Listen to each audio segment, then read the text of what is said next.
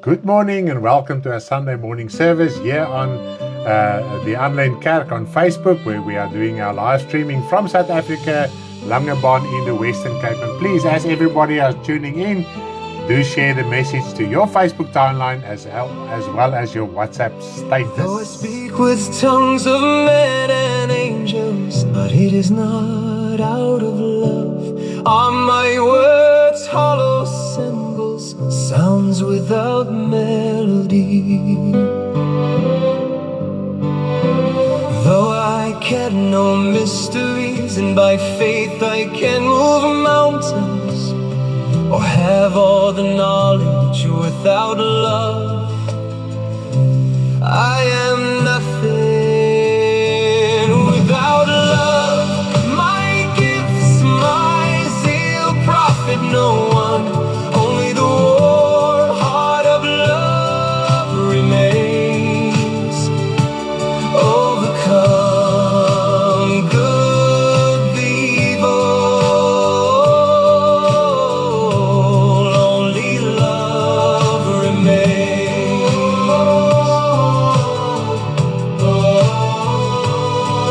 It cannot endure injustice, but it rejoices with the truth through forgiveness. Hope comes and love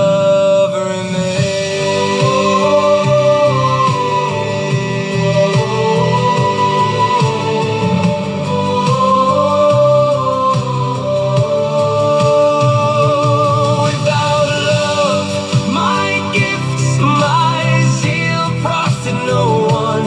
Only the war heart of love remains. Overcome good the evil. Only love remains.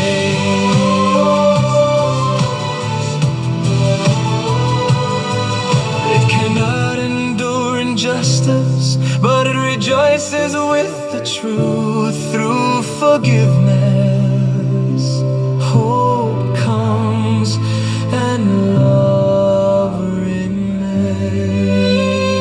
Good morning, everyone, and welcome to our service this morning. Now, this morning we are continuing with our Bible study series on the gifts of the Holy Spirit, and especially tongues, speaking in tongues, the all controversial topic about speaking in tongues.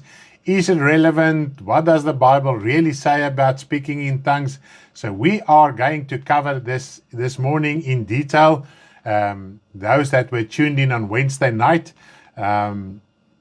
understood that we couldn't do tongues on Wednesday night, so I decided to do it this morning, because on Tuesday, if the Lord willing, the week coming, our Bible study is about our financial obligation. That is lesson 7. So yes, we're going to start a new Bible study this week, but this is the last of our Bible study regarding the gifts.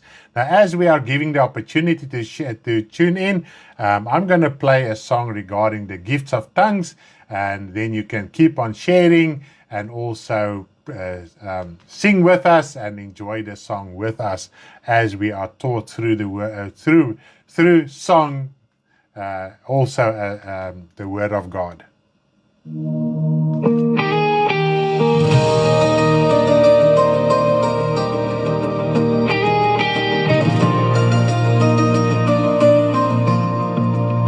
With new tongues they shall speak. Jesus said before he ascended, sounds through the Spirit speaking to the Father, not to man but to God. A holy tongue, a deep breakthrough in the Spirit. When words can no longer say what my heart so deeply wants to express, I speak to you, oh Lord, alone, in tongues that only you understand, made known by your Spirit.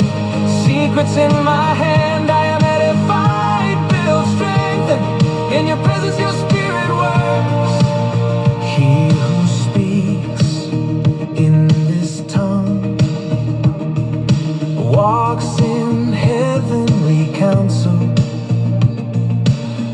one who hears can understand, but you hear every sigh and word through the words that the Spirit prays. Your will is revealed even if I do not understand. Not come to my heart, I speak to you, oh Lord, in a tongue that only you understand. Amen. Made known by your Spirit, secrets in my hand, I am edified, built, strengthened. In your presence, your Spirit works. In my inner room, let your Spirit guide me in your will. I edify myself, prepare myself to go out with great love, to edify others Yes. with Amen. wisdom that your Spirit reveals. Yes. I speak to you, you oh alone. Lord, alone, in a tongue that only you understand. Made known by your Spirit, secrets in my hand, I am edified, built, strengthened to go out and work for you.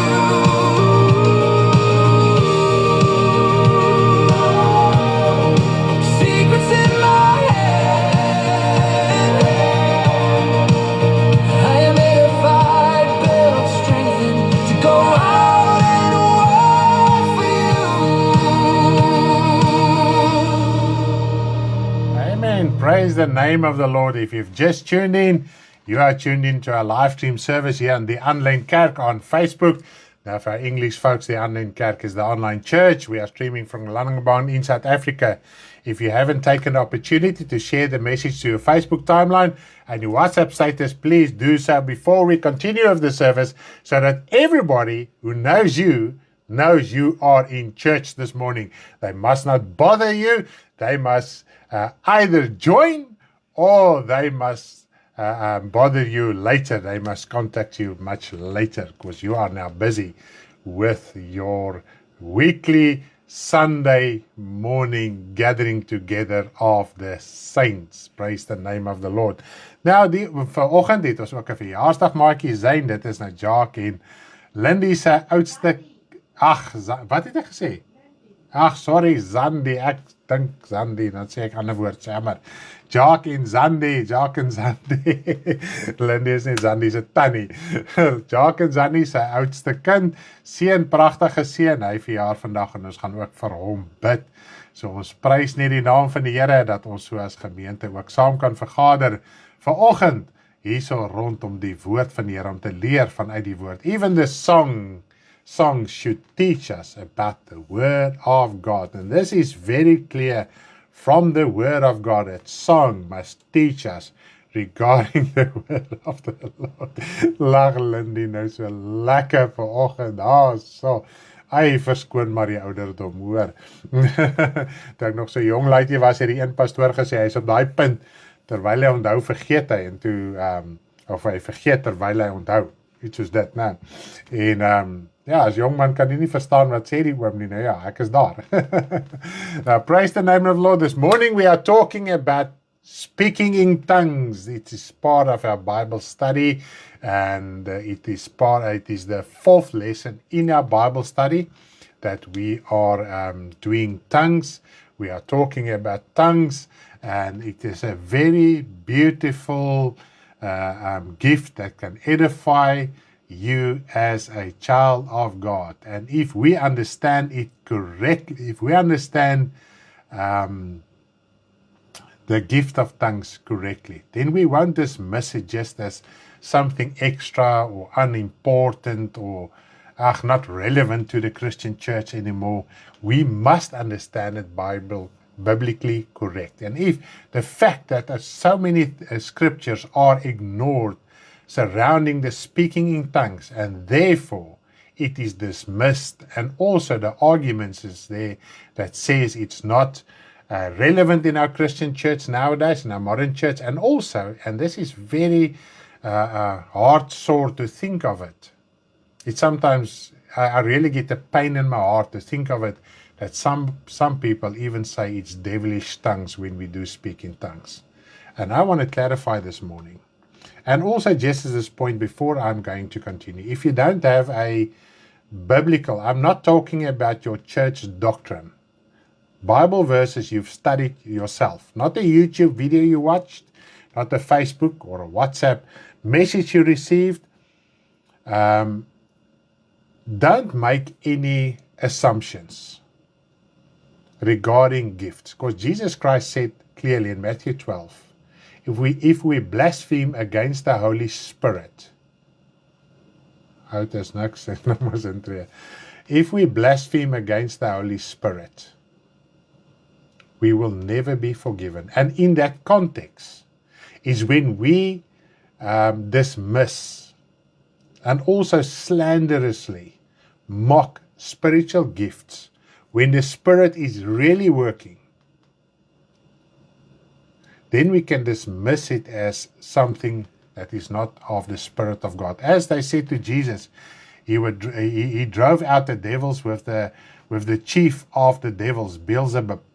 Met die hoof van die duivels het hy die duivels uitgedryf. En toe sê hy, and that is when he said, be careful, because you can blaspheme against the Holy Spirit. So any workings of the Holy Spirit that we dismiss and say it is workings of the devil,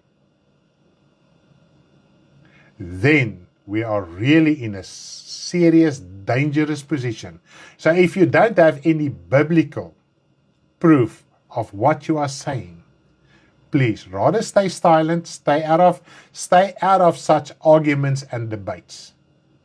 And I want to urge you this morning, rather listen us through and make your assumptions later. Because you will see this morning from the Word of God what an amazing gift it really is. Okay. And it is there for every child of God. If you are born again today, it is for you as well. But before we are going to continue, let's pray first, and we're going to pray for Zane this morning as well. Heavenly Father, we do thank you for the opportunity we have once again to minister your word, to encourage our brothers and sisters, to be taught, to be admonished, to be guided, Father, by your word. There's one thing, once again, this past few weeks, as we've studied your gifts, that I realized once again, your word is inspired by your Holy Spirit. And Jesus, you said to us, the Holy Spirit does not speak of himself. He won't tell us things and reveal things to us that are contrary to the written scriptures, because the whole word is given in by God and is inspired by the Holy Spirit, not just some parts, as it is a notion nowadays that only certain parts are scripturally correct and the other are own ideas, etc. I read in your word, and when you understand the scripture in context, every verse in context, then you will see the whole word is one, and there's nothing that contradicts anything in your word, Father. And your Holy Spirit inspired every word. Therefore, your Holy Spirit won't reveal and tell us things that are contrary to your written scriptures. Father, I do thank you that we can understand this, and I pray for everyone that we will really understand this by heart. And if we can start to understand this by heart, your word becomes a joy, it becomes a glorious time when we read the word and understand your word, Father. And your Spirit confirms the word of truth. And because scriptures get ignored or dismissed as unimportant or not relevant, this is when we start to die spiritually. Father, but we don't want to ignore anything willfully.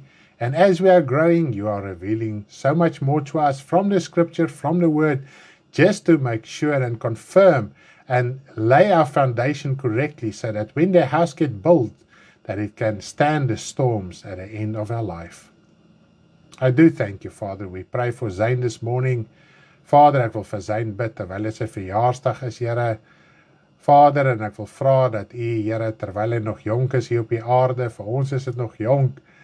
Vader, wil ek bid dat U ook sy lewenspad, Here, altyd Hoe bid 'n mens eintlik baie keer?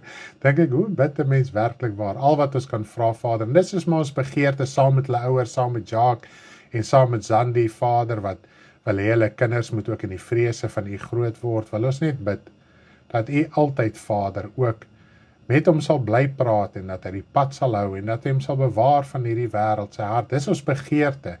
Vader, op die einde van die dag besef ek, elkeen moet kies, elkeen moet sy pad kies.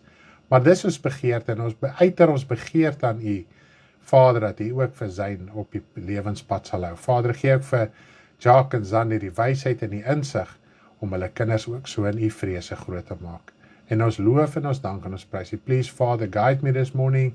Give me wisdom and insight, Father. And we talked about the gifts last week, and I realized, and even when I wrote a lesson about the gifts, the most important gifts to operate, gifts to operate with gifts, is wisdom, Father, and understanding.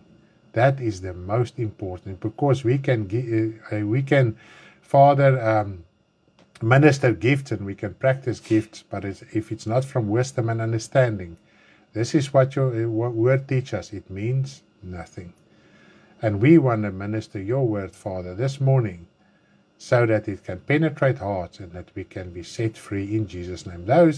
And I want to pray, Father, as we are going through this lesson this morning and through this study this morning, those that are still opposing tongues or struggling to start to speaking tongues, that you will please help them and guide them and reveal them from your word, and that they can take the courage and the boldness, Father, to start to speak in tongues. I do thank you, Father, in Jesus' name. Amen.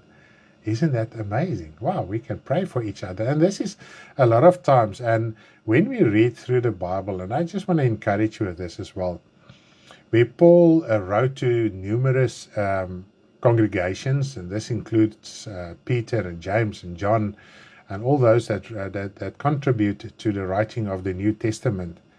A lot of times they uttered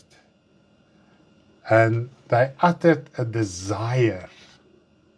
I do pray for you that this will happen for you. I do pray for you that this will change in your life. But still, it depends on the individual whether he is going to change and adapt his life according to the word of truth. So we can utter our desire. Lord, I pray that you will please keep that person standing. And this is the desire in your heart. You want to see that person till the end of his life standing firm in his faith. But it still depends on that person whether he's going to stand or not. It's like Peter. Jesus prayed for Peter. Peter, I prayed for you so that you don't lose your faith. And there came a time, as the gospel developed, that even Peter withdrew from the heathen Christians out of fear for the Jewish Christians and the Jews at large. And Paul had to correct him in his habits. But still, he could have made the decision to ignore what the correction of Paul, or to take it up our heart. And we must remember, Peter was counted as a pillar of the faith. And even Jesus Christ always, if I can put it, has put Peter in the lead. There was the 12 apostles, and then there was the 3, and out of the 3 you can see Peter was the one that were in the foreground all the time. Even when the Holy Spirit were poured out, he was the first one to minister and preach, etc. And God used him, even the very first person to preach officially to the heathen nations as well, the then heathen nations. So he was really in the foreground. He was a pillar. He was a man of faith. He was the leader, the professor, the doctor, the pastor of the then Christian church. He was the person, if we take in the flesh, the person who actually God used to establish the church. And still Paul had to come and correct him. And now with his position, he could have held on to his position. But because he knew the Lord Jesus Christ, and knew that even if doesn't matter how important you look in the flesh and what your credentials are in the flesh, You must be able to receive correction and change your life according to that. And after that, Peter accepted Paul's correction and he changed his life. And at the end of the day, he ministered the gospel in that freedom as well. So we can never serve the Lord too long not to be corrected. Okay.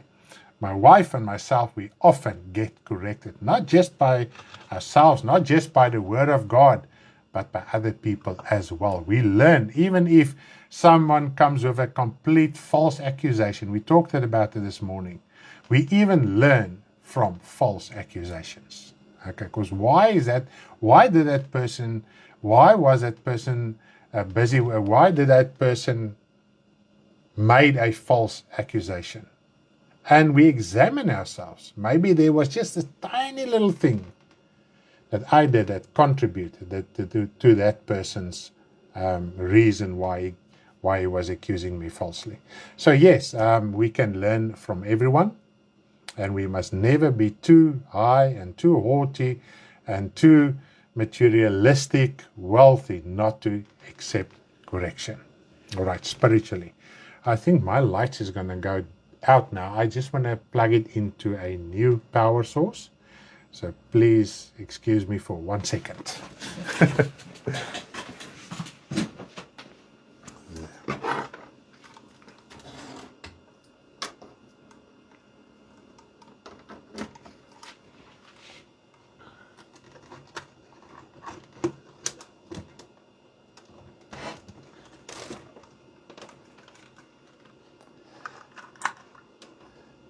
That's it.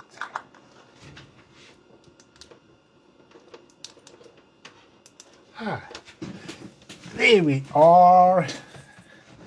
There's our lights all fixed up. Now this morning, the topic I want to discuss next is the gift of tongues from the Holy Spirit baptism lesson. This is one of the most precious and widely debated gifts of all, isn't it so? Now, as with other ministries, there is a widespread ignorance about this gift among those opposing it, even among those practicing it. And this is actually very hard sort to think of it, that even those practicing it can even practice it to such an extent that it can cause confusion and even people to oppose the gift of tongues. And we're gonna talk it through this morning.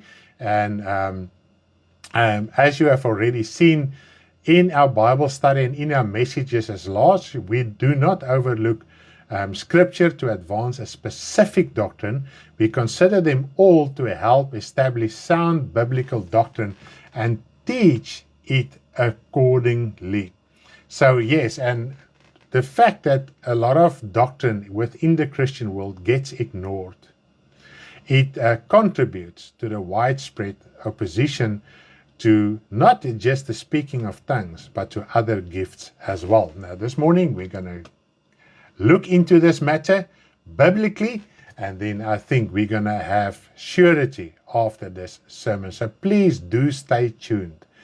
Don't switch off, don't put off. It might be the only time and the last time you're going to hear the gifts in context from the Word of God. We believe, as the Scripture states, the whole Word given by God is truth, not just certain parts of it. So it's the whole Word, from Old to New Testament. Okay, we must understand why New Testament. We must understand how it came in fulfillment, what we can learn, etc., etc. And because we don't understand that, then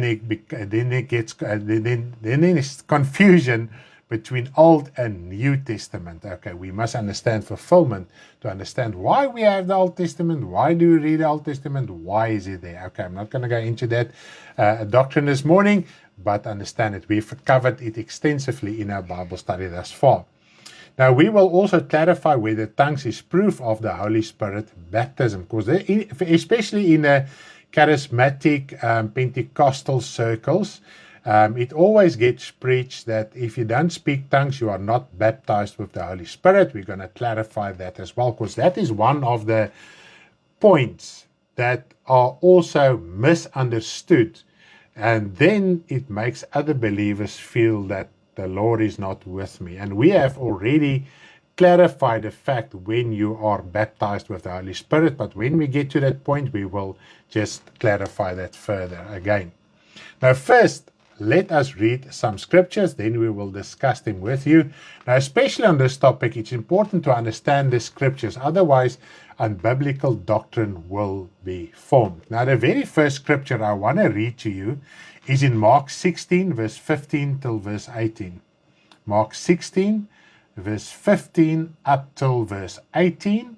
And then we're going to read the scriptures in Acts as well, Acts 2. So yes, the very first scriptures, Mark 16, 15 up till 18. And he said to them, go into the world and preach the gospel to every creature. So that is first of all, and this command, instruction was given to every single believer on the planet until the coming of until the coming of the Lord Jesus Christ, the second coming. He who believes and is baptized will be saved. But he who does not believe will be condemned. So it is very clear. Jesus Christ said, he who believes, so that is the very first thing you must do. Believe. If you don't believe, you are condemned. Doesn't matter what you do or how you try to justify yourself. So if you don't believe, then you're condemned already. But if you believe, you must be baptized to be saved. So belief plus baptism equals salvation. Okay, not just belief, not just baptism, because baptism isn't proof of your that you gave your life to the Lord. Isn't proof of if you haven't given your life to the Lord, if you are not born again, you cannot be baptized if you are not born again. That belief that Jesus talks about here is to be born again, to give your heart to the Lord. Then you must be baptized and then you are saved. So if you say you are born again, you believe, but you've never been baptized after you came to faith, then you are condemned. Okay. This is scripture. Read it for yourself. And these signs will follow those who believe. Now he's talking about signs. Okay. In my name they will cast out demons. They will speak with new tongues. Now, this morning, I'm just going to focus on new tongues, not on the other miracles. Okay, we've already done them. Speak with new tongues. They will take up serpents, and if they drink anything deadly, it will by no means hurt them. They will lay hands on the sick, and they will recover.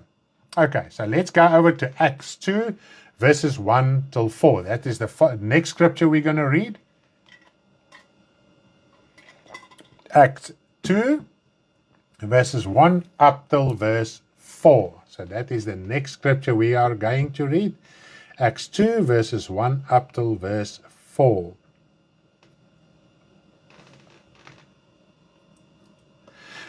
When the day of Pentecost had fully come, they were all in one accord in one place. Now this was after Jesus ascended into heaven, and he said to them, they must wait in Jerusalem. Now, this is 10 days after Jesus ascended into heaven, okay, after he was resurrected from the dead.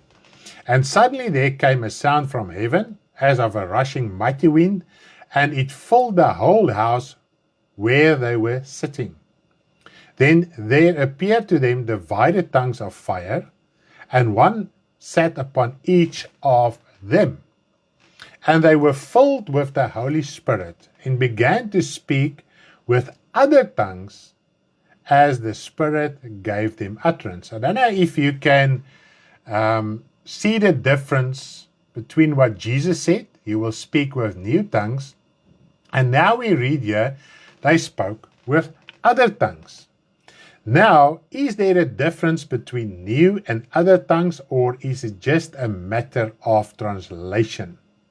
Now, I made sure of this.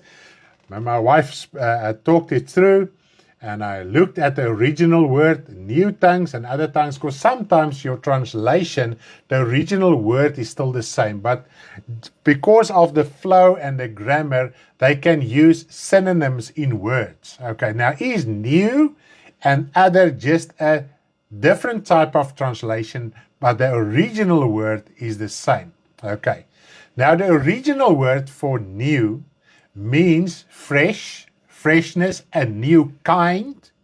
In other words, that what was not there before, uncommon or unheard of. Okay, so we get the idea of new. It wasn't there, and now it is there. All right. Now, other, what the Bible talks about, they spoke in other tongues, just mean another language. So, if I am Afrikaans and I speak English, I just speak in a other tongue, not a new tongue. I know English, I know Afrikaans, then I speak Afrikaans. This is the one tongue, and when I speak in the other tongue that I know, that is other or another tongue. Okay, I think we can get it. So English is not a new language. It might be just a language I don't understand, but it's not new. It's common for millions over the world. Okay. Now let us read what tongues the apostles spoke. This we read still in Acts 2 from verse 5 up till verse 8. So we are still in Acts 2. Now we're going to read verse 5 up till verse 8. And there were dwelling in Jerusalem Jews, devout men from every nation under heaven. And when this sound occurred, the multitude came together and were confused, because everyone heard them speak in his own language. That's why the Bible says they spoke in another language, in a other language, because it was languages known to people in Jerusalem. Then they were amazed and marveled, saying to one another, Look, are not all these who speak Galileans? And how is it that we hear each in our own language in which we were born? So when the apostles spoke and the Spirit of God guided them and inspired them, they spoke other world languages. Okay. Now Jesus Christ said, we're going to speak in new languages. Fresh, new, unheard of. All those languages the apostles spoke, people heard of those languages and they were fluent in that language. Okay, it was possible for them to understand what the apostles said. Now, all the languages the apostles spoke were normal, understandable, and well known. The languages they used were not new, uncommon, or unheard of. Okay? Although they were not the languages they normally spoke, that is the apostles, they were common standard languages that others could understand. Therefore, this was not new languages as prophesied by Jesus. Okay? This is amazing. So there's a difference between new and other. Okay? And if Jesus were meant other languages, other worldly languages, it would have been translated as such. To speak other earthly languages, as the apostles did by the Holy Spirit, is possible if God wills, through the working of the Holy Spirit and through Jesus Christ. So, this gift is still relevant. All right? If you are, for instance, in a place, and there is someone who's speaking a language that you don't know, you don't understand it, but it's common to him. Okay, it's just another language. And God wants to speak through you, even if you academically, in your mind, don't understand that language at all. God can also, at the moment, use you, like the apostles, to speak a different earthly language, to convey the gospel to that person. All right? I've heard this before. It is possible. Okay. Right. So first of all, you can see we don't neglect and dismiss anything regarding all the relevant gifts and facets of tongues we need to speak. All right. It is interesting to note that this never happened again, not even when Peter ministered at Cornelius' house. And we're going to read those few scriptures as well. So this specific, that they spoke other worldly languages, it's not recorded for us. So it is possible that I never had this opportunity ever before. And now we can understand, Jesus said, new languages. They spoke other languages. Okay? So the prophetic word Jesus spoke stretched way further than that of what the apostles spoke of other languages. Okay. Okay, now let us read the scriptures. Now we're going to stay with Acts 10 now. The first two verses is Acts 10 verses 1 up till verse 2. So it's Acts 10 verses 1 up till verse 2. Verduidelik dit nie mooi dat ons dit mooi kan verstaan. Prys dit. Dis die harde werk om tale te praat hier. Dis verskriklik maklik. Ek kan nou sê weer? Ja. Dis 'n gawe. Ons gaan nou daarby uitkom, Michelle. Dit staan in die woord 1 Korintiërs 14, gaan ons dit lees, 1 Korintiërs 12 ensovoorts. Ons gaan nou daar deurgaan. Okay. So bly net by ons hier vanoggend. Acts 10 verses 1 up till verse 2. There was a certain man in Caesarea, Cornelius, a centurion of what was called the Italian regiment, a devout man, and one who feared God with all his household, who gave alms generously to the people and prayed to God always. And here we can see, here was a devout man, with his understanding, because remember then, he was still seen as a heathen according to the Jews, okay? With the understanding he had the fear for God. He was devoted. He saw the Jews, that is how they served God, and he followed them, but he could not have done it completely according to the Old Testament law because he was a heathen. But he had this fear, so he wasn't a sinner and enjoying the world, and God decided, I'm going to save you. God saw something in Cornelius and his household's hearts, in their lives, okay? And God wanted to meet that, all right? Acts 10 verses 44 up till verse 46. Acts 10 verses 44 up till verse 6. And this tells us a lot. Sometimes we are busy with the world and the things of the world and the lust of the world and the pleasure of the world and with our own ideas and thinking, etc. And then we quote scriptures like this, how the Spirit was poured out on them, and you can receive the Spirit. Okay? But we must understand something regarding God's gifts and His Spirit. There must be a sincerity and a fear for God in our hearts as well. Well, Acts 10:44 up till verse 46. While Peter was still speaking these words, the Holy Spirit fell upon all those who heard the word. And those of the circumcision who believed were astonished, as many as came to Peter, because the gift of the Holy Spirit had been poured out on the Gentiles also. For they heard them speak with tongues and magnify God. Now, as I've said, Cornelius was a Roman soldier. At the time, he was still seen as a heathen according to the Jews. He and his household were officially the first heathens to receive the gospel as commanded by Jesus. Now, this was more or less 3.5 years after Jesus' resurrection and the first outpouring of the Holy Spirit. It is not clear which tongues they spoke, whether foreign or new.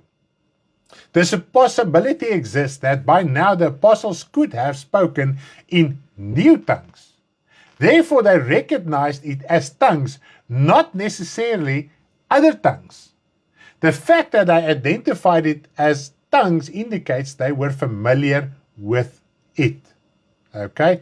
So they identified what Cornelius and those with him spoke were tongues. Okay? So they knew it was tongues, and they did not identify them as other world languages. I can hear if someone, say for instance, someone is speaking German, although I don't understand German, I can hear he's speaking a worldly language that I don't understand. If I have more or less idea how Germans sound, I will say, I think that's more or less German, or that's more or less French, or that is more or less English.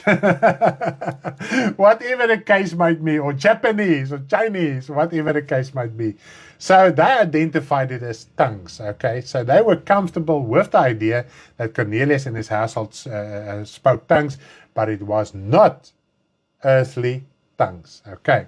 Other tongues as they spoke in the beginning.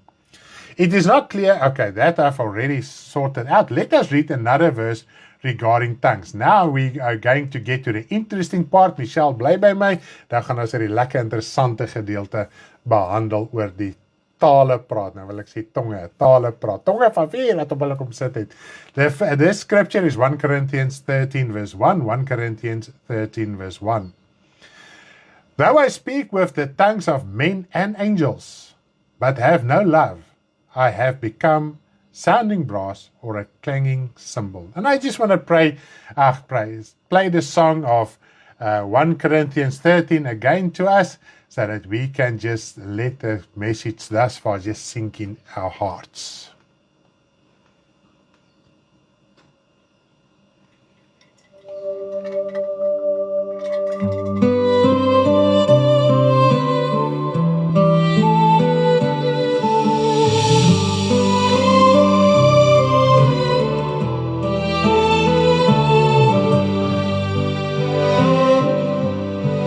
Though I speak with tongues of men and angels, but it is not out of love. Are my words hollow cymbals, sounds without melody? Though I can know mysteries, and by faith I can move mountains, or have all the knowledge without love, I am nothing without love. My gifts, my zeal profit no one. Only the warm heart of love remains. Overcome good the evil. Only love remains.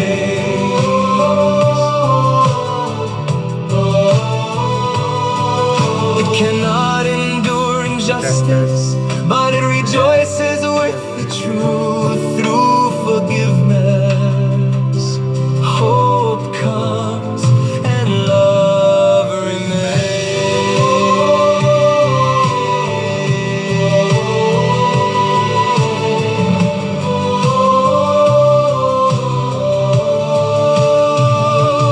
Without love, my gifts, my zeal profit no one. Only the warm heart of love remains. Overcome good the evil. Only love remains. Liefde is die grootste. Yes, amen. Cannot endure injustice, but it rejoices with the truth through forgiveness. Hope comes and love remains. Wow. What a powerful reminder regarding the scripture. This is completely 1 Corinthians 13.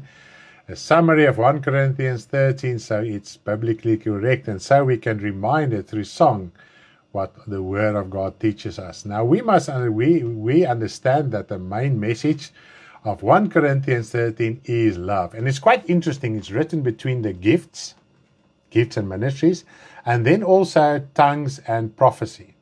So 1 Corinthians 12 is all about gifts and the ministry. And then we get all of a sudden 1 Corinthians 13, and then then Paul jumps over to explaining what a gift of tongues and a gift of prophecies is, and how ordered within the church. Okay.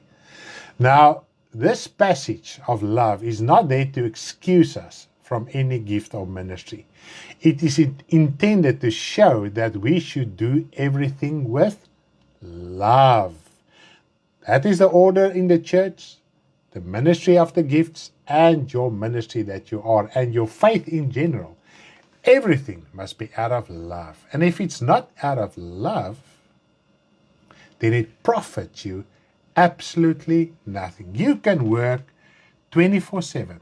You can reach out with the gospel day and night.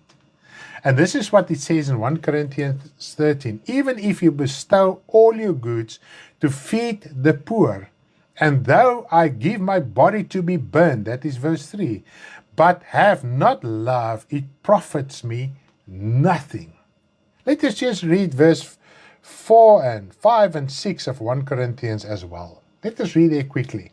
From verse 3 up till verse 7. Love suffers long and is kind. So love is patient. And we are so impatient, isn't it so? And impatience causes strife and anger. Okay? Right. Love does not envy. Jaloers nie.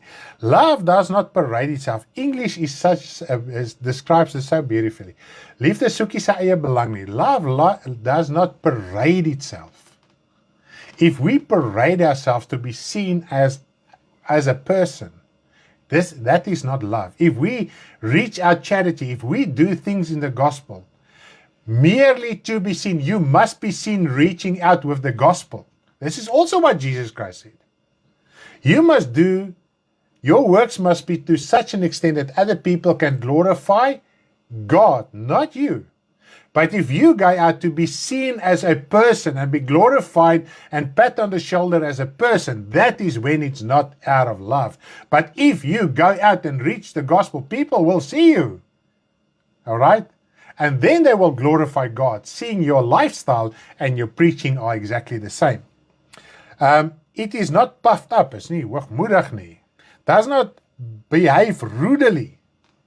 And how often are we so rude, especially in our marriage, spouses?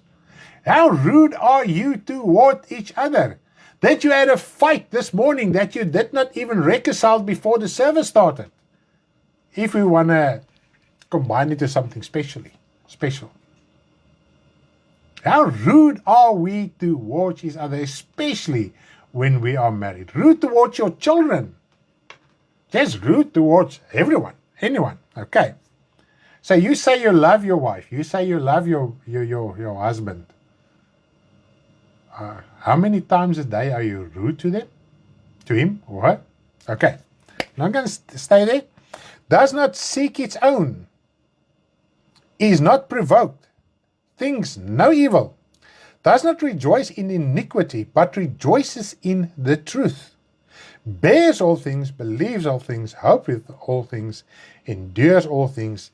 Love never fails. Because we don't walk in that perfect love, that is why we fail. Okay, but there is grace, then the Lord helps us to get to that point of perfect love, because the perfect love drives the fear for eternal judgment out of our hearts. That is the context of that verse. Okay. Not the fear of heights, the fear of eternal judgment. Okay.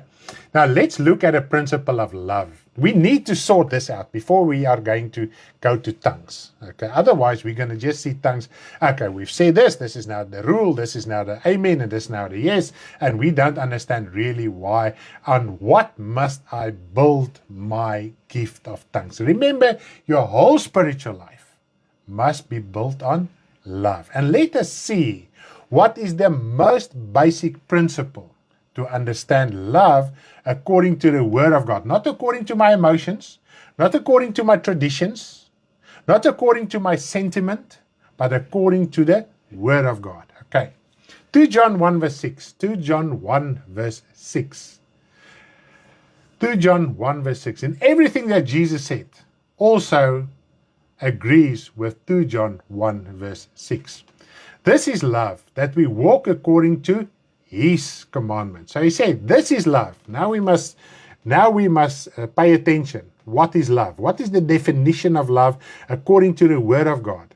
That we walk according to His commandments. So whatever it tells us, how to reach out to the poor, how to give my life, how to do things, must be according to His commandments. Not to my thinking, not according to my tradition. Okay?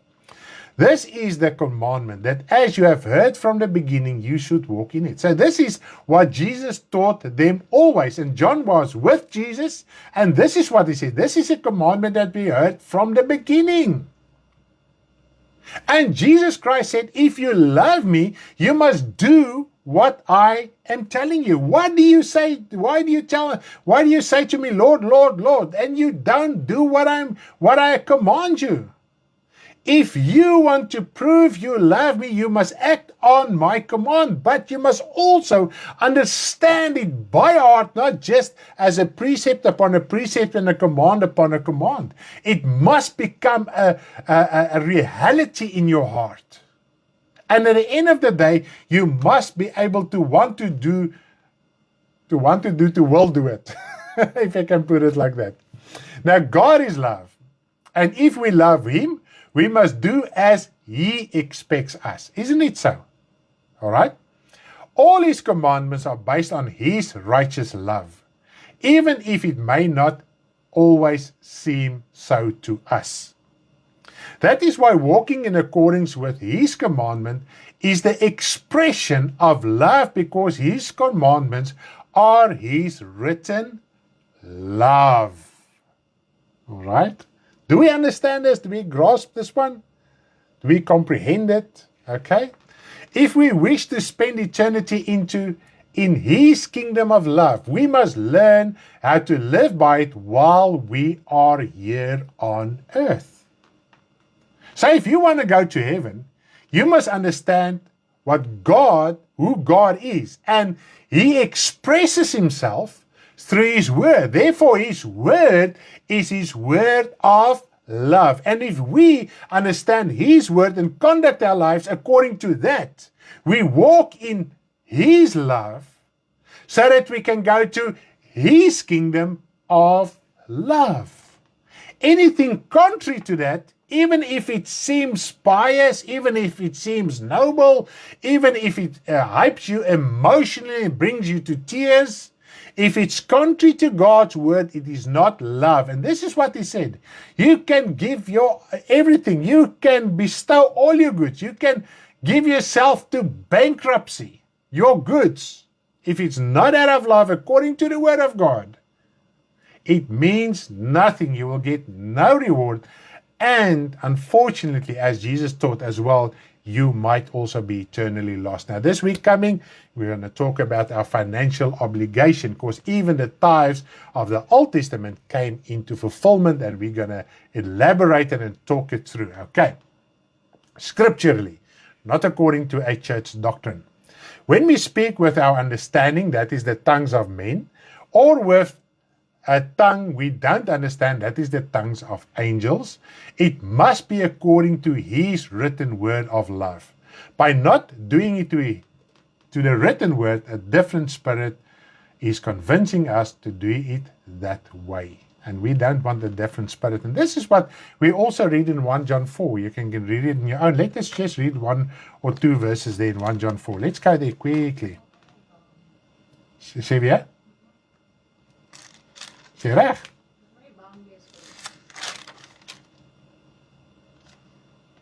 Yes. Beloved, do not believe every spirit, but test the spirits. That's 1 John 4 verse 1. Test the spirit. So we must understand that when we conduct gifts in our spiritual lives, it must be according to love. Okay, so we must get instructions from the Word of God, and if we practice it as such, then you won't fear whether it is a false spirit or a true spirit or whatever. If you do it according to the Word of God, then you don't have to fear that it is a false spirit guiding you. That's all I want to tell you now, all right? And reveal to you so that you can have surety. And I'm going to show you how you can be sure it is biblically correct. The only chapter in the Bible that deals with tongues is 1 Corinthians 14. So if you have your Bible, you can keep it open. So I'm going to jump through a few verses in 1 Corinthians 14. So I'm going to read through 1 Corinthians 14. Now, an important point to note is that this chapter discusses order in the church when believers gather. Now, there are quite a few verses that point to this. So in 1 Corinthians 14, there's verse 4, 5, 6, 12, 19, 23. It is all about the order within the church, when we assemble together, when we are together in one building, in one space, how to conduct tongues and how to conduct prophecy. Now, this applies to 1 Corinthians 12 as well. Okay? Because 1 Corinthians 12 talks about this 9 gifts and then also ministries as well. And it also talks about interpretation of tongues. Not everybody speak in tongues. When we are gathered together. Because what is the primary purpose of gifts? Is to edify the body of Christ when we get together. So not everybody, when we get together, speaks in tongues. One is speaking in a tongue, the other one is interpreting it, the other one is prophesying, the other one is a psalm, the other one is a revelation, the other one is a word of wisdom, the other one is understanding, etc., etc., etc. Okay. And this is all about the order within the church. Now, 1 Corinthians 14 elaborates at the end of more to the end of 1 Corinthians 14, that God is a God of order. It doesn't mean he's a God of silence. It is a God of order. So if I prophesy, you cannot start to sing. If you sing, I must keep quiet and listen to what your song is teaching me. Okay? If I speak in a tongue, the rest must stay silent. And someone must interpret it. If he doesn't interpret it, I must interpret myself. And if I have doubts of someone will interpret my tongue, or if I won't be able to interpret my tongue, I must rather keep quiet. So it's all about order, how we must conduct our gifts within the assembly. And that is according to love. Okay, because it says here, it's quite amazing. In verse 20 of 1 Corinthians 14, brethren, do not be children in understanding, however in malice be babes, but in understanding be mature. That malice is evil, okay, sin, the wrong. But that's why I say we must get to maturity. And this is the thing of 1 Corinthians 13. Let us read this verse as well. 1 Corinthians 13, verse 11. 1 Corinthians 13, verse 11 as well. When I was a child, I spoke as a child, I understood as a child, I thought as a child. But when I become a man, I put away childish things. So we must understand how to conduct gifts in our private and also within the church. And we must be mature to be able to understand it and conduct according to that as well. Okay. So I think we've got at that point sorted out. Now, if we practice gifts contrary to what we read here, and especially now we are going to talk about tongues, especially tongues, then we don't do it out of love. Okay. Prophecy and tongues are described as how they should function within the assembly. Now, just as a reminder that prophecy is also the ministering of the gospel. So if I preach, while I'm preaching the gospel, I'm also standing in the ministering the gift of prophecy, out of the gift of prophecy, and standing in the office of the prophet as well. All right. Now, let us go through it step by step. Now, verse 4. Let us read verse 4 of 1 Corinthians 4. What is the purpose of tongues? First of all, what is the purpose of tongues? Because we read in 1 Corinthians 12 that you get the gift of tongues as well as the interpretation of tongues. So yes, the tongues are a gift from the Holy Spirit. As Jesus Christ prophesied, new tongues and tongues of angels. Okay. 1 Corinthians 14 verse 4. He who speaks in a tongue edifies himself, but he who prophesies edifies the church. And remember, he's talking about how we must practice it when we are gathering together within the church assembly, not in your private to forget about tongues. He says, when you speak in tongues, you edify yourself. But when you are in church, prophecy edifies, unless you can interpret the tongues. The other languages the apostles spoke at Pentecost were to preach the gospel to others who could understand. Thus, the tongues they spoke were not to edify themselves. Have you ever thought of this? Although they could not understand what they were saying, others did and testified about it. So at the day of Pentecost, they did not edify themselves. They reached out, they proclaimed the glory of God, and those who were there understood what they were saying, and they could convey it to them and say, you glorified God in my tongue. And it was just for a moment. It's not recorded how long it lasted, but I don't think it lasted for hours and hours. Okay? And when everybody got together and their hearts were open, then Peter could have ministered the word to them. So this is very clear. The tongues they spoke did not edify themselves. It actually edified the listener. All right. So here we can clearly see that these tongues that edify yourselves are completely different from those that the apostles spoke. The tongues written about in 1 Corinthians 13 are the tongues no one can understand. So let us read this scripture. 1 Corinthians 14 verse 2. Now who can understand these tongues? 1 Corinthians 14 verse 2. For he who speaks in a tongue does not speak to men, but to God, for no one understands him. However, in the spirit, that is in the spiritual world, he speaks mysteries. Now, the main purpose of gifts and ministries is to equip the body of Christ for its service. Now, God gave every believer a gift to edify them. All right? So I think it is clear. The tongues, the apostles spoke, people heard it because they spoke to men. Now he says this tongue, you don't speak to men. You speak to God, because only God in the spiritual world, those in the spiritual world, can understand what you are saying. And can the devil understand my tongues? Yes, he can. Okay.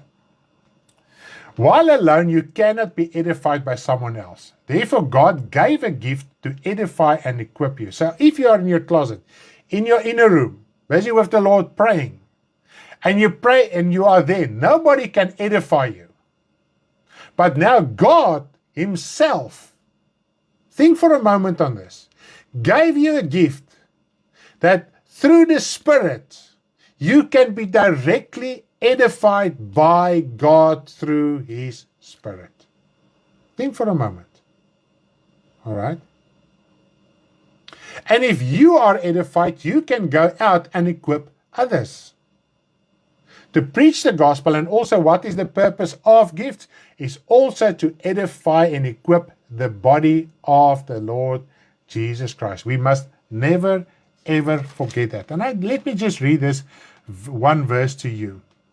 1 Corinthians 12, verse 25. Sorry, I'm just jumping around as I see the scriptures and as it comes up at relevant points. I just want to... Jorina wil ons elke Sondag join hier so op die lewendige uitsending. Sy klik hy knopjie onder om ons te join. Ek dink ek gaan nou eendag laat sy join. Sy wil ons elke keer join, like it vir my. Praise die naam van die Here. Let us read 1 Corinthians 12 verses 25. That there should be no schism in the body, but that the members should have the same care for one another. Think of this. We are a body of Christ. My members benefit me.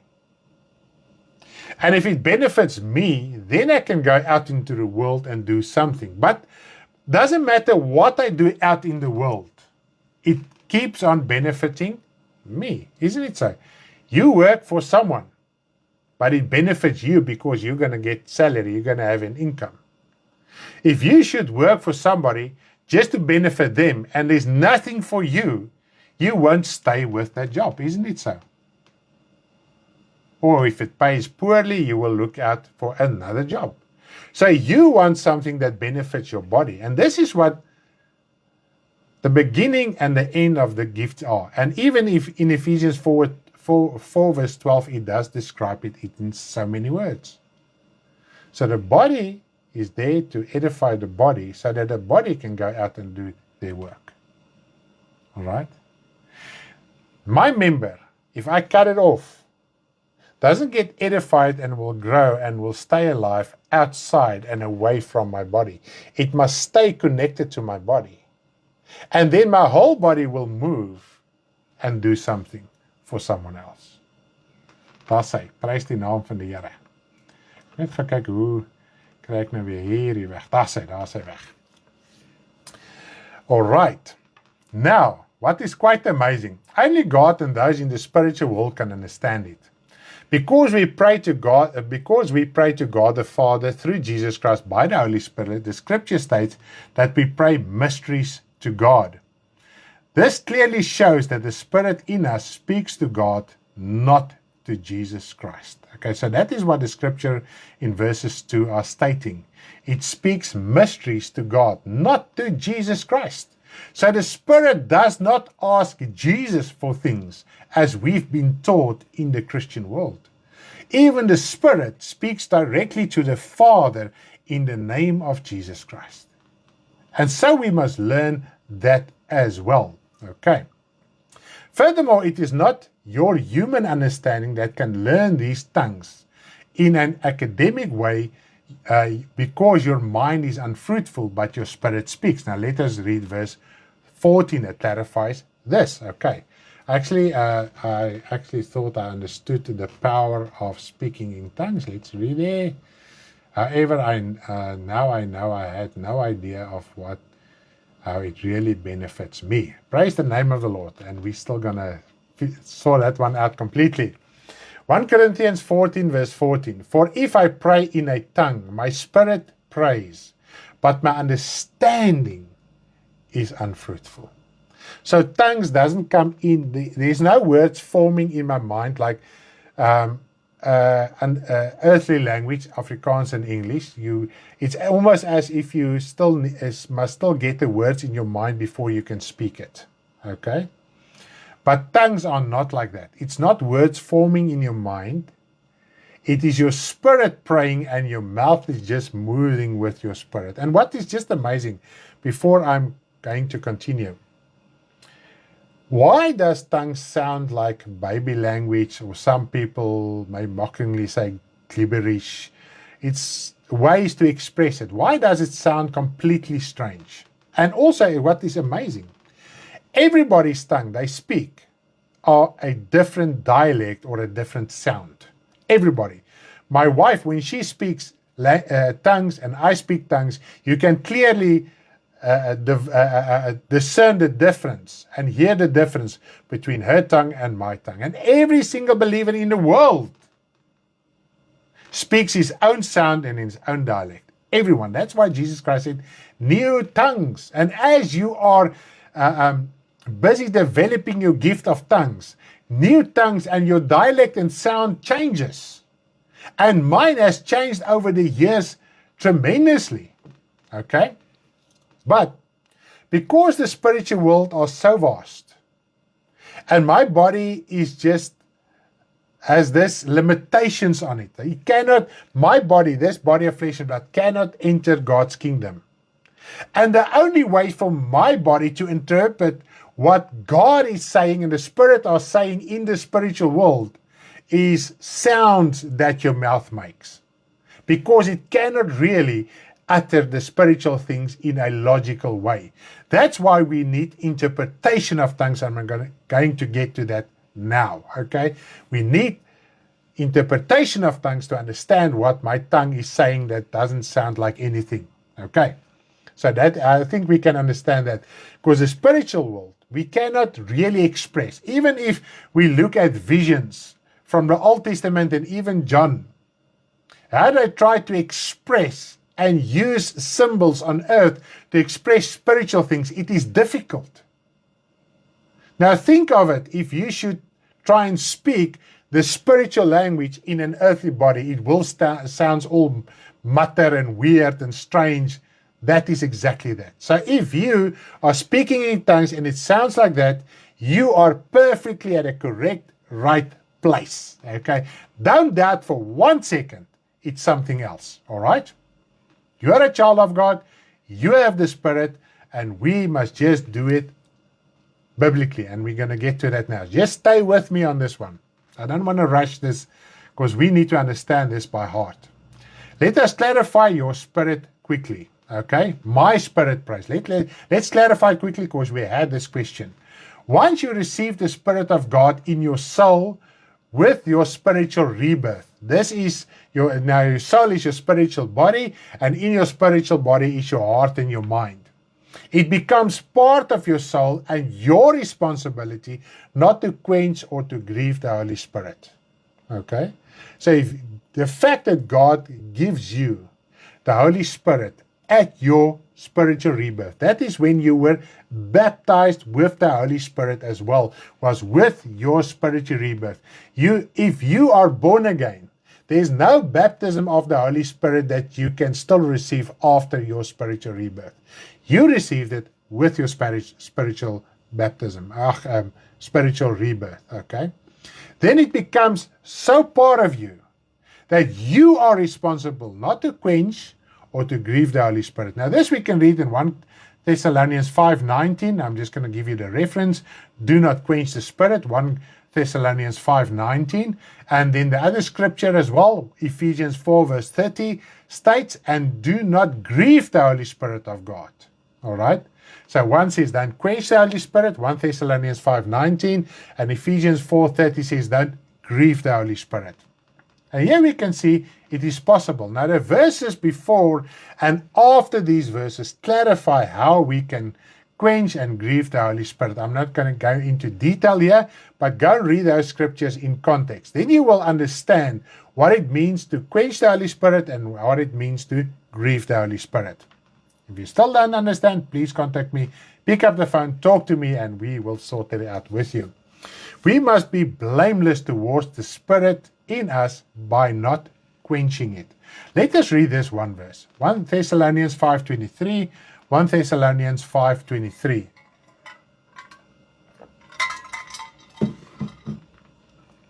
Now may the God of peace himself sanctify you completely, and may your whole spirit, soul, and body be preserved blameless at the coming of our Lord Jesus Christ. Now, if the spirit is quenched and grieved by the end of your life, you might be eternally lost. Okay. We must love God. We must love as God loves. By practicing the gift of tongues, you are acting on a gift of love bestowed on you. By this, you show your belief, your love and appreciation to God for giving you this gift. The gift is not meant to be used selfishly, then it won't be love, but still it is there to edify you. The motive must be to be edified to edify. You must practice it because it's a gift of love. Everything that comes from God is love. It's a gift of love. And by practicing it, you act and show God your appreciation of his love. And then you must have the mindset, I want to be edified, to go out and be used by God to edify others as well and preach the gospel. When you act out of God's love, gift in your private, he will reward you openly. And how does he reward you openly in this regard? Now we are fellow workers with God in his field. And let us read this scripture quickly.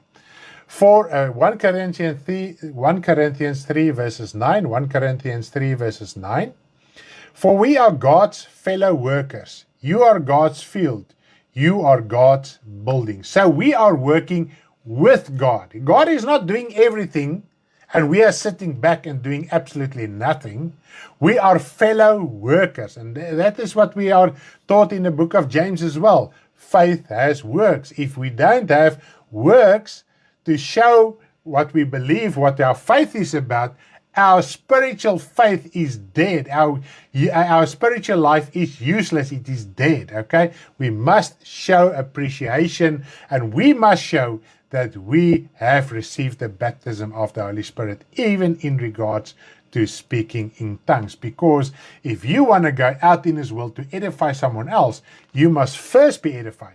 If you've got nothing, if you are empty inside, then you've got nothing to take to someone else, isn't it so? It's just logic.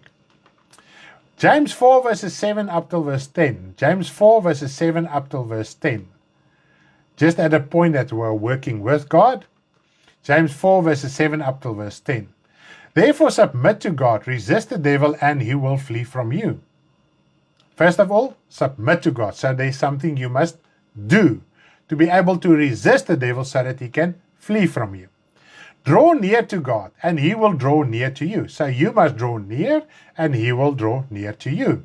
Cleanse your hands, your sinners, and purify your hearts, you're double-minded. So if you are busy with sinful things, then you must, and sin makes a divide between you and God. You must cleanse your heart, you must confess, you must sort it out so that God can draw near to you, because God won't have fellowship with you while you are still in willful sin. But the Spirit will convince you all the time, and you will feel bad about the sin so that you can confess it, and that divide can be removed, and then God can come to you. Okay. Lament and mourn and weep. Let your laughter be turned to mourning and your joy to gloom. Humble yourself in the sight of the Lord, and he will lift you up. So in your closet, you can humble yourself by acting on the gift of love that God has given you, and that you want to be edified, to go out and edify and minister the gospel. Now let's talk about interpreting tongues. This is very, very interesting. Let's talk about interpreting tongues. Okay. If you're not speaking tongues yet, then we cannot actually debate about interpreting tongues. But I want to explain it to you.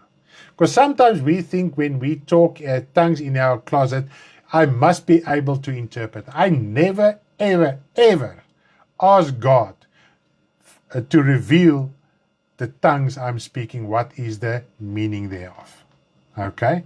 I don't ever, because why do I want to know it? Why do I want to know it? The only thing I know, Lord, I'm going to keep on praying tongues and tongues and tongues and tongues so that I can work with you. Remember, if you pray in the Spirit prays the perfect will of God the Father. So while you are praying in tongues, you are working, you are laboring with God in your closet, in your inner room, wherever you speak tongues. If you're alone in a car, you can speak tongues. If you're working in a home, you can speak tongues. You're working with God. You cannot, as a person, physically do something and go out and go to someone and minister the gospel there. But you can start working. You can start working. And therefore, you can be built and edified. And in that tongues, God can pray. The Spirit can ask and pray to God that he will help those that are in a position to speak to somebody in the physical as well. So with your tongues, you are working alongside God so that the gospel can be advanced. Sometimes you are bedridden, you are so sick, you are so ill, you cannot even go out of your house. But you can pray and edify. And if you are edified, you are part of the body gets edified, and God can reveal things, and God can work and use people to go and minister the gospel of the Lord Jesus Christ. Isn't that amazing? That is what you can do with tongues. You can be so busy with tongues in your private that God can change the world outside. And you have the same benefits as the person who have to go through the physical tribulations and trials, etc. You will receive exactly the same reward because you worked with their tongues. Okay. 1 Corinthians 14:27 up till verse 28. Let's read it quickly. 1 Corinthians 14:27 up till verse 28. I'm not going to be long anymore. If anyone speaks in a tongue, let there be two or at the most three, each in turn, and let one interpret. But if there is no interpreter, let him keep silent in church, and let him speak to himself and God. Now, this is the basis of speaking in tongues. Remember what we said? If you're going to read through 1 Corinthians 14, bear it in mind the whole time when you are reading.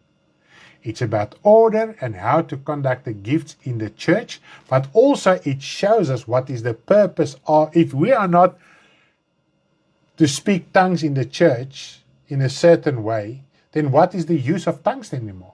Then it clarifies, first of all, it's for your edification. If you are edified, then you can go out. Say, for instance, there is Assembly of the Saints. We've got a end-year conference lying ahead. And there you can start to pray tongues now to come and edify your brothers and sisters in Haroldsby at the end of the year with our conference. Now, there's a difference between interpreting and translating. This is where the confusion comes in with tongues. Tongues that no man can understand need interpretation, not translation. All right?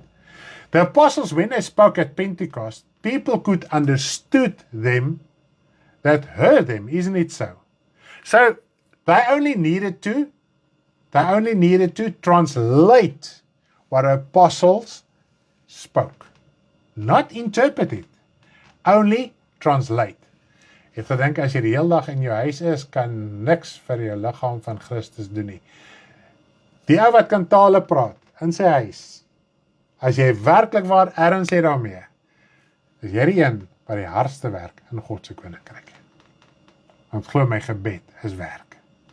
As jy werklik verstaan, dis 'n verhouding, dis 'n lekkerte, maar is ook werk. Het vat van jou vlees partykeer. Jy raak moeg. Maar dis 'n lekker met 'n skoortjies, né? Nie 'n skoortjie is liedere. Kan jy 'n bietjie liedjies aansit, kan jy saam luister en saam sing en dan kan jy lekker bid en so aan. Wanneer jy tale praat en daar kom 'n skrif op by jou, onthou dit is 'n bewys dat jy gebid het tot God in die Gees. Nie noodwendig nie. Wanneer nie noodwendig nie, enigiets, ek meen, partykeer bid ek vir, kom ons sê ek bid vir jou, kan daar ook 'n skrif opkom, maar dis nie noodwendig 'n skrif vir jou nie. En dit is waar baie keer die confusion ook is.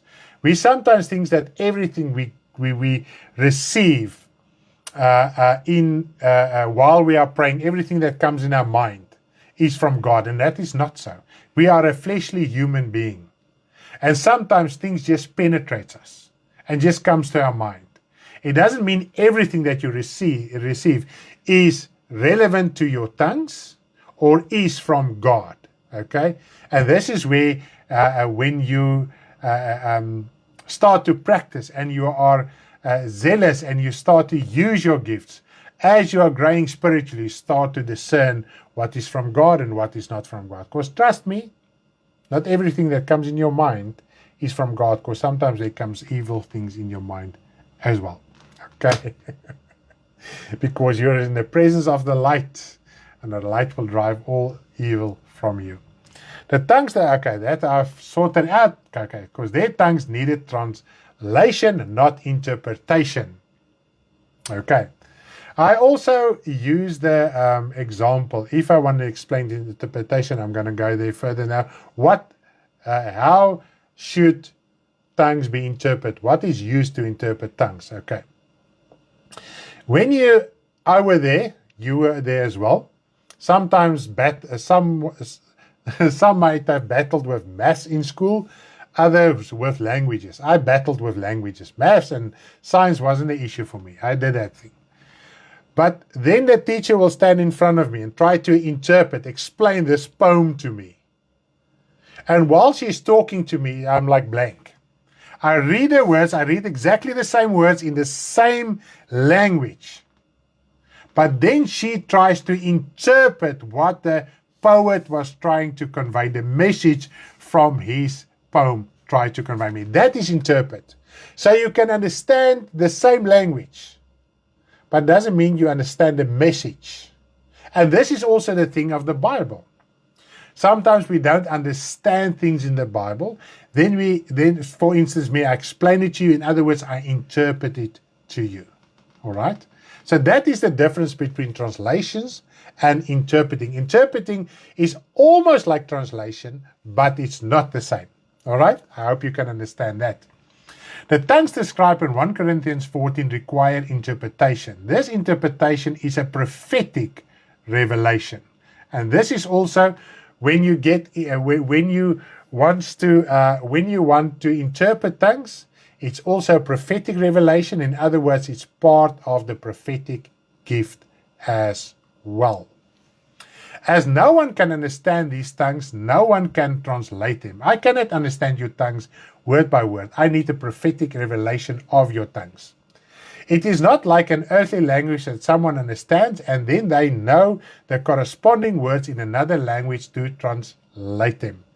The interpretation of tongues is a prophetic revelation, as everyone's dialect and sound of tongue differs.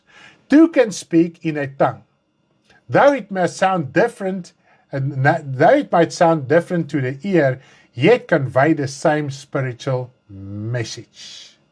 All right? So this is what we must understand. So tongues is not, I hear this word that you are speaking and this is what it means in Afrikaans or English. No. You can speak to my ear, it can all sound exactly the same sounds, but it can be completely different revelation all the time. All right? Prys die naam van die Here. Daar sê my vrou, raak net lekker vrymoedig. Moet dit nie 'n tegniese ding maak nie.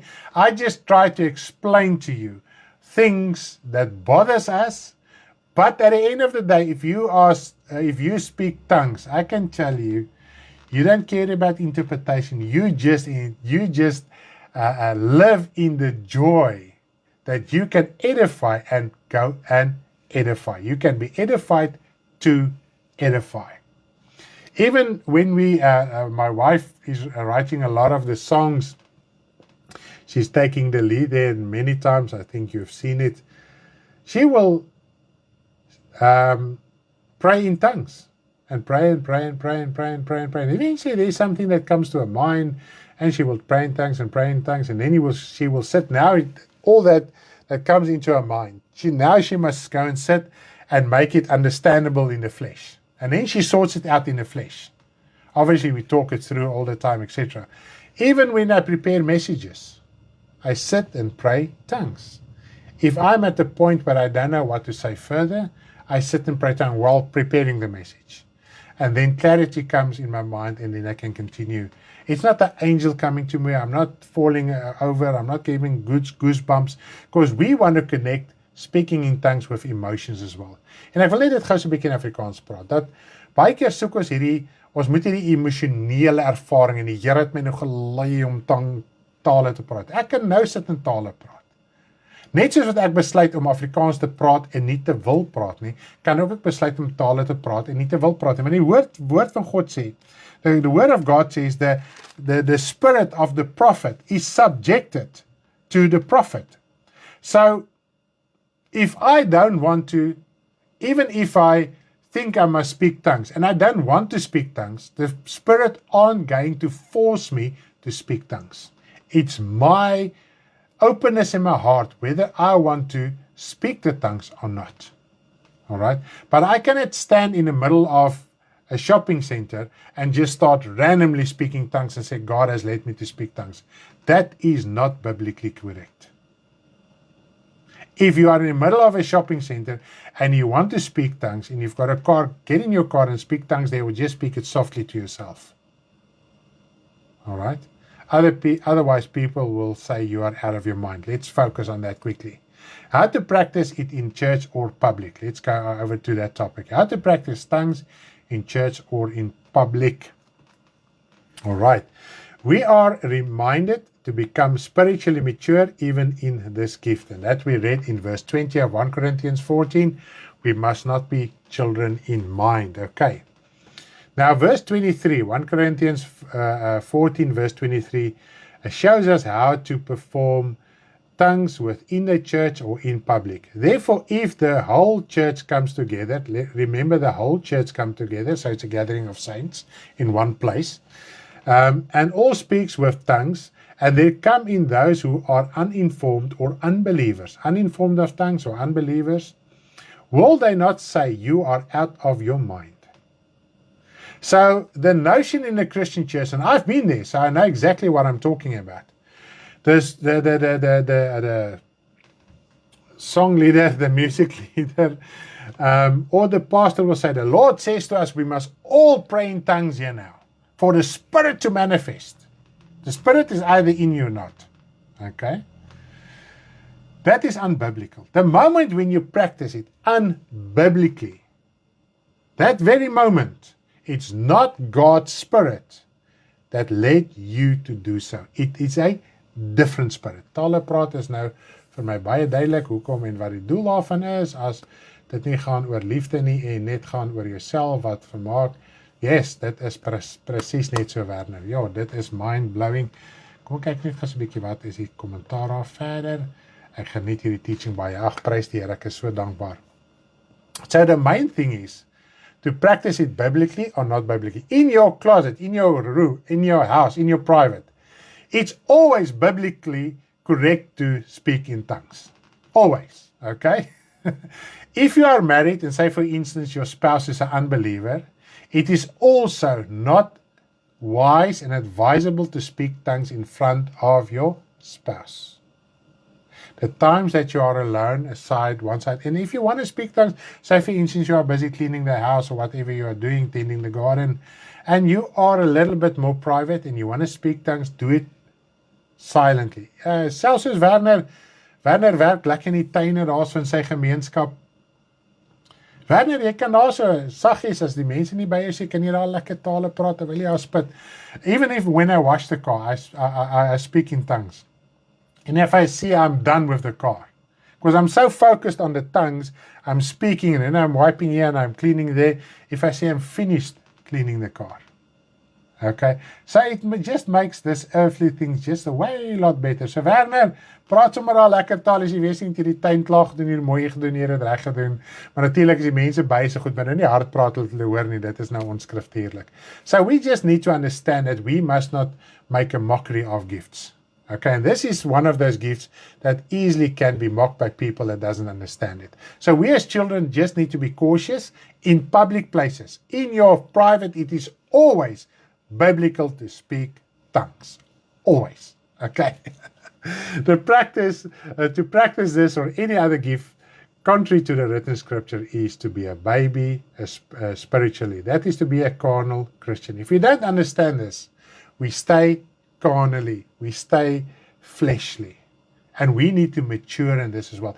If you did it, I did it. I spoke tongues in the church louder than the whole congregation. But as you matured, you start to understand something. But obviously that is the conviction in the church that everybody must speak tongues, and that is not biblically correct. If your heart is in the right place, God will eventually lead you to the truth so that you can understand. That is what he said. If an uninformed person comes in, so in other words, a believer that doesn't understand tongues or never heard of tongues, say, what are you guys busy with? This is something strange. This is weird. Okay? But if you know tongues and you know how to conduct it, if you've been taught you can speak tongues in the church and sing along together, now you've heard this morning it's unbiblical. Now sort it out, confess it, sort it out, and start your new habit in gifts as well. Praise the name of the Lord. Hallelujah. Now let us, and this is quite amazing. I want to read the following scripture to you. 1 Corinthians 14 verse 5.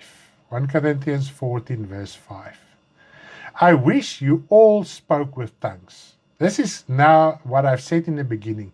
This is the desire. This is the urge that Paul had, because he knew how beneficial and beautiful this gift is. He knew how it benefited him in his ministry. And therefore he said to this congregation, I pray that you all will speak in tongues. Not just some of you. All of you speak in tongues. But do it biblically correct. But if you're in a church, rather prophesy. But if you actively pursue tongues in your closet, in your private, when you are in a congregation or in a situation, you can minister, you can prophesy the word of God to other people as well. Isn't that amazing?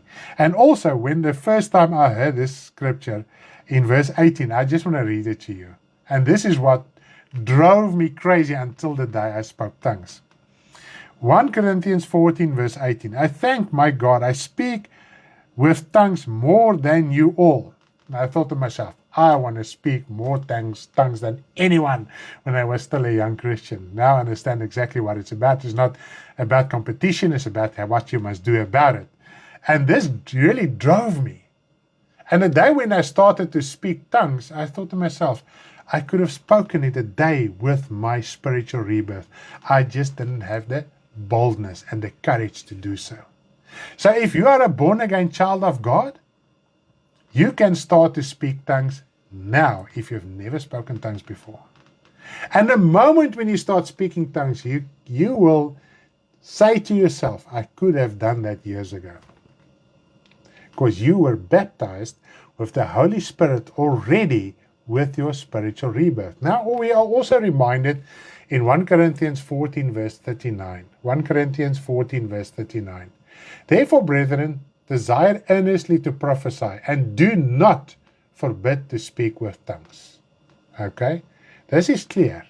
We must just understand how to conduct it within the assembly of the saints. Now, is baptism, the speaking of tongues, proof of the baptism of the Holy Spirit?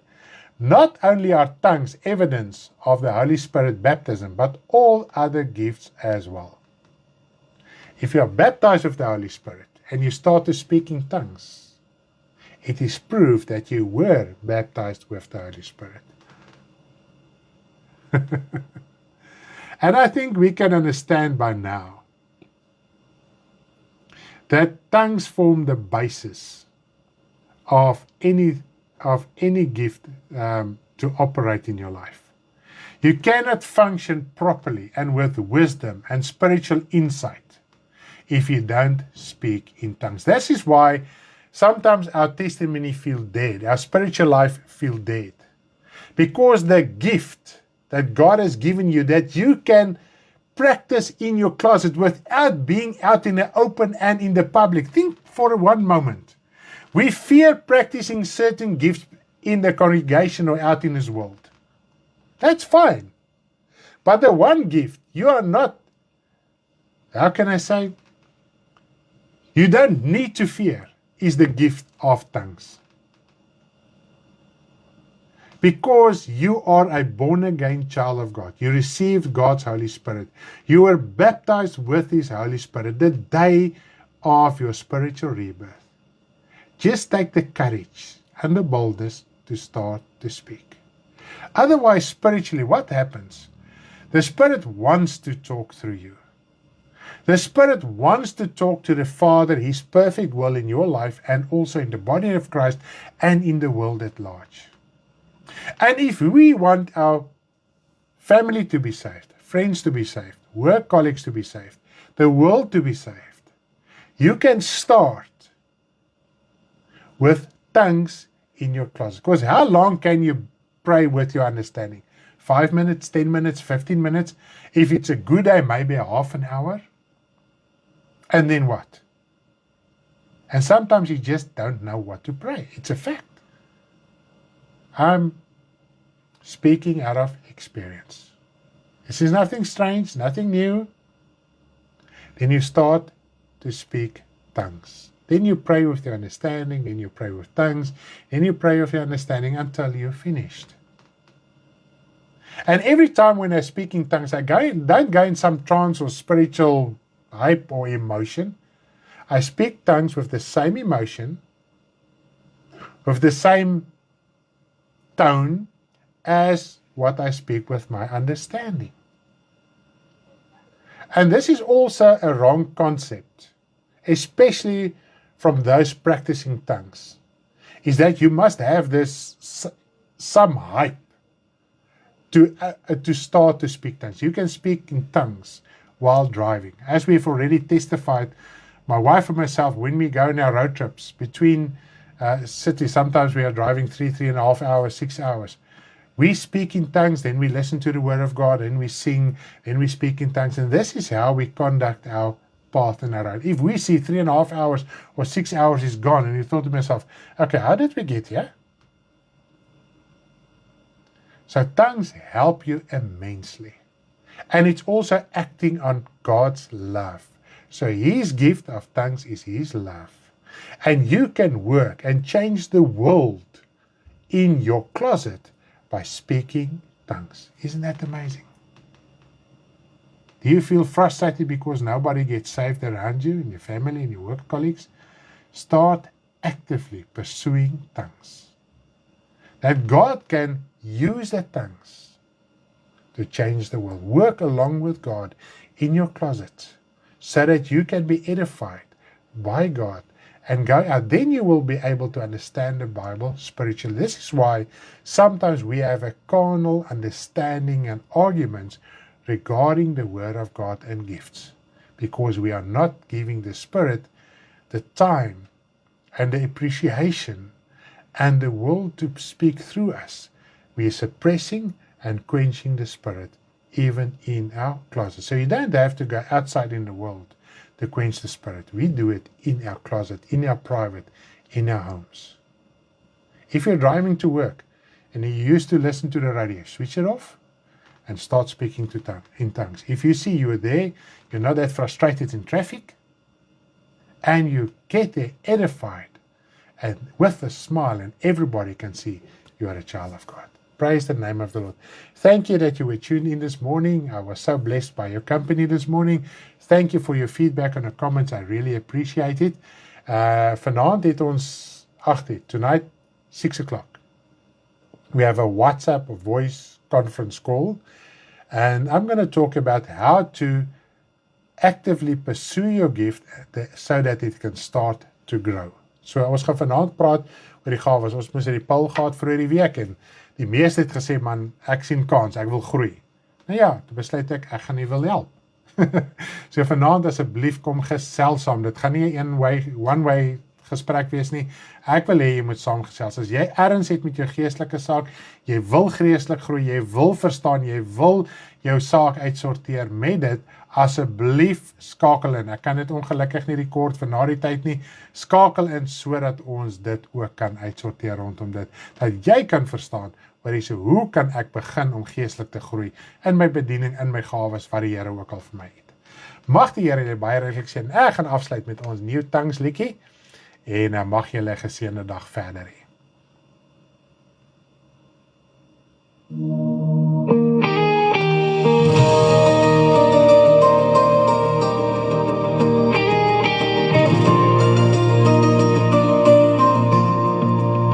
With new tongues they shall speak. Jesus said before he ascended, sounds through the Spirit speaking to the Father, not to man but to God. A holy tongue, a deep breakthrough in the Spirit. When words can no longer say what my heart so deeply wants to express, I speak to you, oh Lord, alone, in tongues that only you understand, made known by your Spirit, secrets in my hand. I am edified, built, strengthened, in your presence your Spirit works. He who speaks in this tongue walks in heavenly counsel. Amen. Hemelse raad. No one who hears can understand, but you hear every sigh and word through the words that the Spirit prays. Your will is revealed even if I do not understand. Not come to my heart, I speak to you, oh Lord,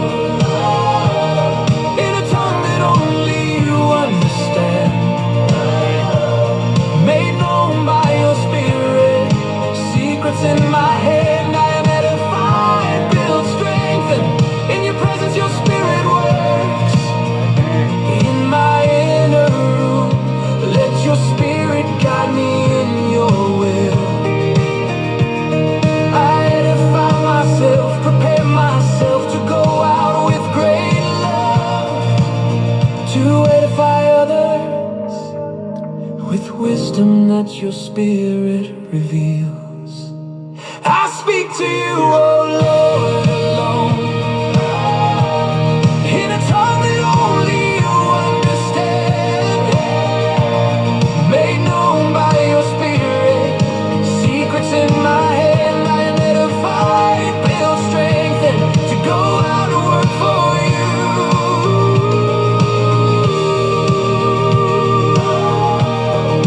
Secrets in my hand.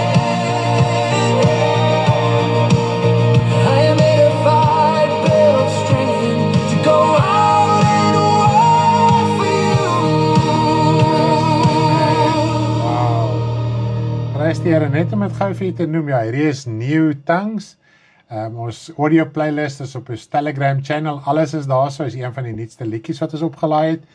Dan het ons ook 'n playlist op YouTube, so jy kan daar so ook op ons YouTube kanaal gaan, die Aanlyn Kerk, daar is 'n hele playlist met al die liedjies, dan kan jy dit daar so ook gaan luister. Is dit nie amazing om so die woord van die Here te hoor nie? So ja, deel asseblief gerus hierdie liedere met almal, dit is woordgebaseerd, en so kan almal gestig en gebou word ook in hierdie opsig. Sien julle vanaand, as die Here wil, ons deel die skakel op ons WhatsApp channel. Lief vir julle, lekker dagie, bye almal.